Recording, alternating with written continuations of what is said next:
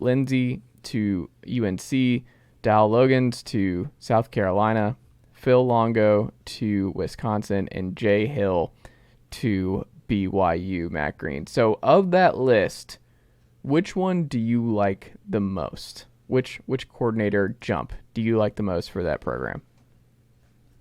I think the easy answer is Garrett Riley, right? I think that just not only is he the best coach hired on this list, but he's just the most surprising. Like with how Clemson has been doing things, like I think this is a huge, like, I don't know, just not red flag, but it's a huge sign that like Dabo is kind of aware of where this program is. Like he's aware of the national perception of this program right now, and he's aware that something needs to be done and like a big change needs to happen. So I think there were some people who kind of thought like there's a chance, at least a distant thought in my head, that like maybe that 2013, 2014 to 2020 run of Clemson football is just the golden era of Clemson football. We're never going to see that again. But to get a guy like Garrett Riley, like I was kind of surprised because as the Broyles Award winner, like obviously Clemson is a more big time job. I don't know the numbers, but I'm sure they can pay Garrett Riley more than TCU could.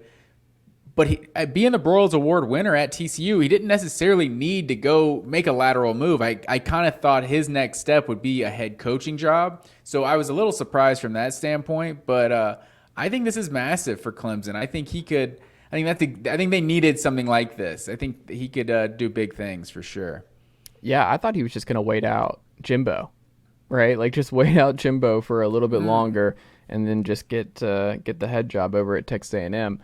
But I think it's one like you said. I think the biggest thing is we questioned going into last year if it was wise for Jimbo or for Dabo to run it back and just promote from within with Goodman and Mickey Kahn, Grayson head coach legend, working the defense, and then Brandon Streeter, who'd been with them a long time. I know he was Trevor Lawrence's guy as QB coach and stuff like that, but it did not work. And I mean, they had 100 plays against Tennessee in the Orange Bowl and just had no points to show for him. The offense just wasn't working. DJU did not work out over 2 years, and he's a 5-star kid, and they did not keep that thing moving and keep it humming. And with Cade Klubnik in the fold, that you can't mess up 2 back-to-back 5-stars, or that just, I think it starts to leave an impression on those talented quarterbacks around the country. We're like, I don't think they're developing quarterbacks like they used to. I think we're going to go somewhere else. And then that changes the trajectory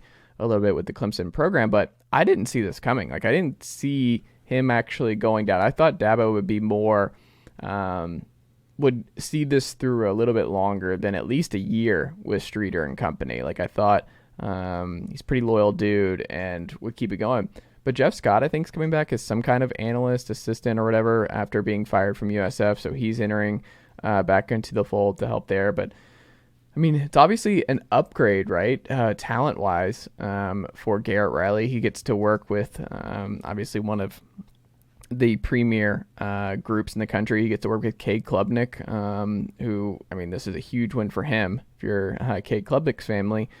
And if you're a Clemson fan, like, this is like, if you were getting nervous about the direction of the program under Dabo with a lot of the departures, what this looked like against Tennessee in the bowl game, and just not looking like the same Clemson of old the last couple of years since Trevor Lawrence departed, well, this, I think, is kind of a home run, like you said. Like, I think this is like a commitment to, hey, this year happened. This is not going to be the trend going forward. We have an expectation of dominance on both sides of the ball year in, year out. We recruit at a high level. We spend a bunch of money on this football program. You guys spend a bunch of money on this football program. We're going to get it right and work to get it right every year. And that makes it kind of a cutthroat type thing. But it's like, we're going to go get the best offensive coordinator on the market, who might not even be on the market. We're just going to go take some big swings. And they did, and they go out and get Garrett Riley. I think it's a home run thing. TCU finished 9th in scoring last year. Clemson was 30th. Shane Beamer can deny he wanted Garrett Riley, all he wanted, but like, hey, I'm sure every South Carolina fan is just like, yeah, we're good with Dally. Like, you can have Garrett Riley. We wanted. How did he do against Georgia in the national title game? 7 points. Like, who wants Garrett Riley under those circumstances? I was gonna say that's what Dabo saw. He was like, "We only managed 3 against Georgia. This guy got 7. Let's bring him on. That's a championship recipe." Yeah, and it's one that I think Notre Dame refused to make during the Brian Kelly era. Now with Marcus Freeman, where I don't know why they won't do it. Where it's like Tommy Rees is still he's just there, and you're like, the offense has never been elite.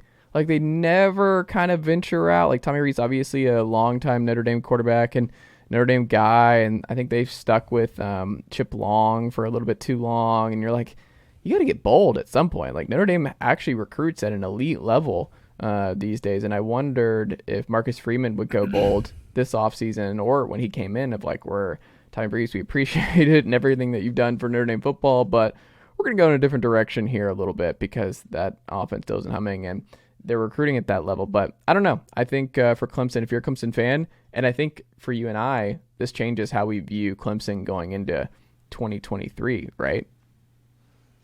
Yeah, I think so. I think there's definitely an expectation that, I mean, this was Garrett Riley's first year at TCU, obviously with Sonny Dykes being his first year as the head coach. So, I mean, he did wonders in 1 year. And Clemson, I mean, let's be honest, Clemson probably has better players than TCU.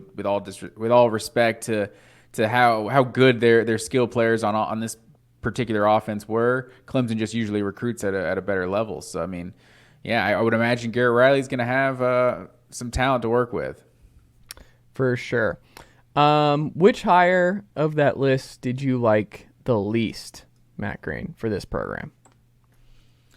I got to go Pete Golding. That's the one that I think is I think really remains to be seen, because it's like, did he leave Alabama for Ole Miss, or did Alabama say, hey, why don't you go look for an